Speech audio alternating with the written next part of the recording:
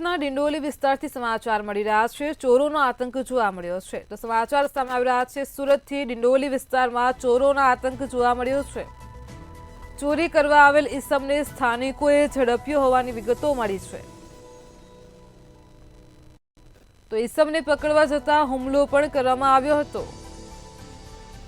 સ્થાનિકોએ પણ ચોરને મેથીપાક ચખાડ્યો છે। તો ડિંડોલી વિસ્તારમાં ચોરીની ઘટના સામે આવી। સમગ્ર ઘટના સીસીટીવી કેમેરામાં કેદ થઈ છે।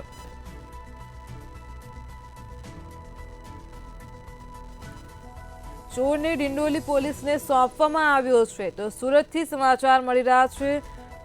ચોરી કરવા આવેલ ઈસમને સ્થાનિકોએ ઝડપ્યો હતો અને મેથીપાક ચખાડ્યો છે। સમગ્ર ઘટના સીસીટીવી કેમેરામાં કેદ થઈ છે।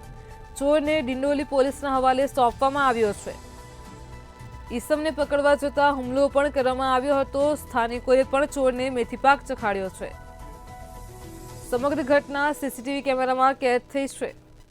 તો સુરતથી સમાચાર મળી રહ્યા છે। ડિંડોલી વિસ્તારમાં ચોરોનો આતંક જોવા મળ્યો છે। આ જ મુદ્દે આપણી સાથે સંવાદદાતા રાબિયા સાલે ફોનલાઈન પર જોડાઈ ગયા છે। જી રાબિયા, સુરતથી ઘટના સામે આવી છે। ચોરી કરવા આવેલ ઈસમને સ્થાનિકોએ ઝડપ્યો છે, મેથીપાક ચખાડ્યો છે અને હાલ તો એ પોલીસ હવાલે છે। શું કહેશો?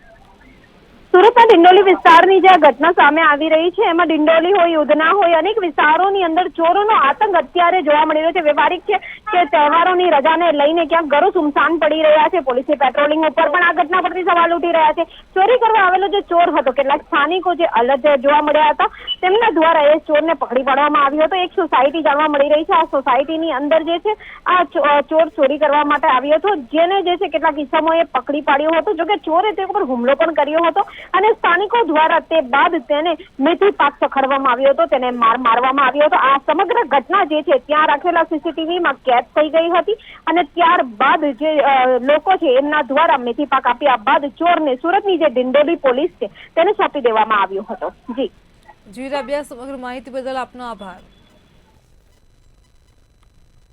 સુરતના ડિંડોલી વિસ્તારમાં ચોરોનો આતંક યથાવત જોવા મળ્યો છે। ઈસમને પકડવા જતા હુમલો પણ કરવામાં આવ્યો હતો।